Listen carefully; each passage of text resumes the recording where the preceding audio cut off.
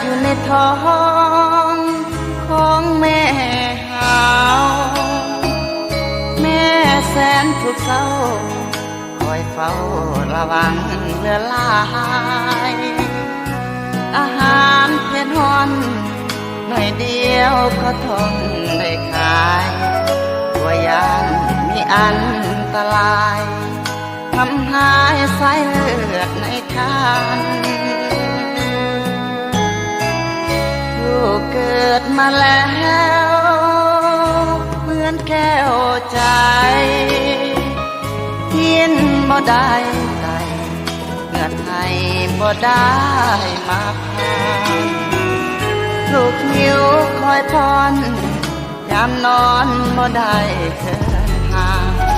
บางคืนจนแจ้งสว่างลูกคนข้างแม่บ่ได้นอน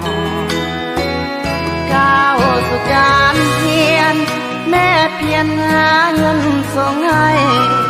อยากเห็นลำบากเพียงใดแม่สู้ไป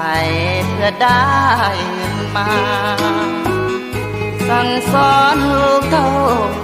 จมเบาบ่ได้ไรลาได้แล้วแม่บ่ได้พายามลูกเป็นคนบ่ดีนี่คือหักแท้ของแม่หาวหาสิ่งเทียมเท่าบุญคุณแม่นั้นบ่มีขอบฟ้าสูงโยบวกลบหาค่าที่ดีถ้าเทียบคุณงามความดีขอบฟ้านี้แม่คงจะเทียม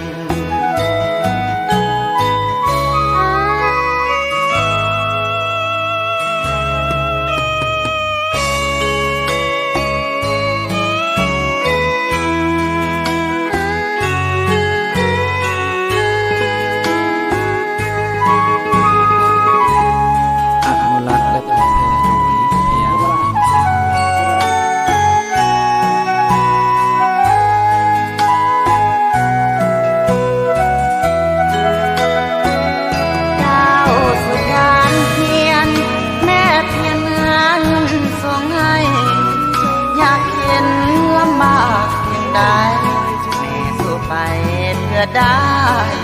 มาสั่งสอนลูกเขาจมเบาบ่ได้ไรลาแล้วแม่บ่ได้มาย่านลูกเป็นคนบ่ดีนี่คือหักแท้ของแม่หาวหาสิ่งเทียมเท่าบุญคุณแม่นั้นบ่มีขอบฟ้าสูงโยดบวกลบหาค่าที่ดีถ้าเทียบคุณงามความดีขอบฟ้านี้